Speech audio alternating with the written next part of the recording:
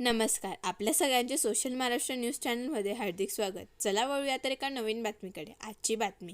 धुळे शहरातील सुरत बायपास हायवेलगत असलेल्या हिरे शासकीय मेडिकल महाविद्यालयाच्या मागील सर्वे नंबर 510 वरील जागेवर भव्य थीम पार्क उभारण्यात येणार आहे.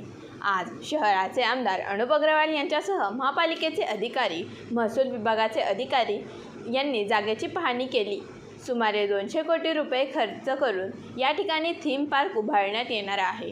टप्प्याटप्प्याने हे काम पूर्ण केले जातील, अशी माहिती आमदार अनुप अग्रवाल यांनी दिली.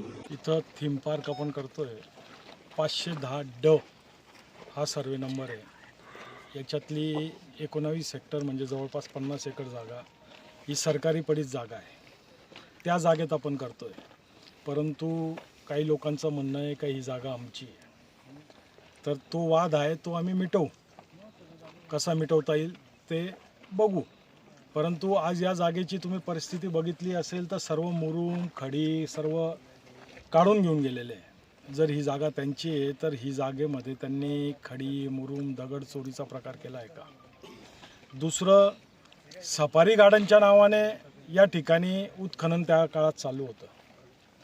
तर आत्ता मला सांगा, हे उत्खनन केलेलं सर्व मटेरियल गेलं कुठं, कोणत्या बोकात गेलं, हेही तपास करण्याचं या ठिकाणी गरज आहे.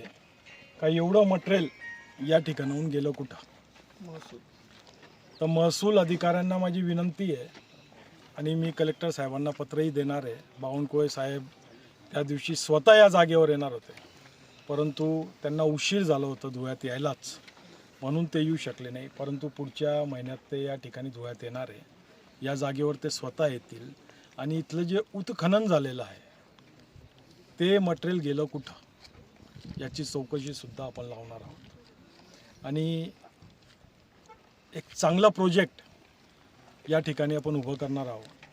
जर ही कोणाची जागा असेल तर आपण नक्कीच तुमच्या माध्यमातून आश्वासन देतो का त्या जागेला आपण हातसुद्धा लावणार नाही.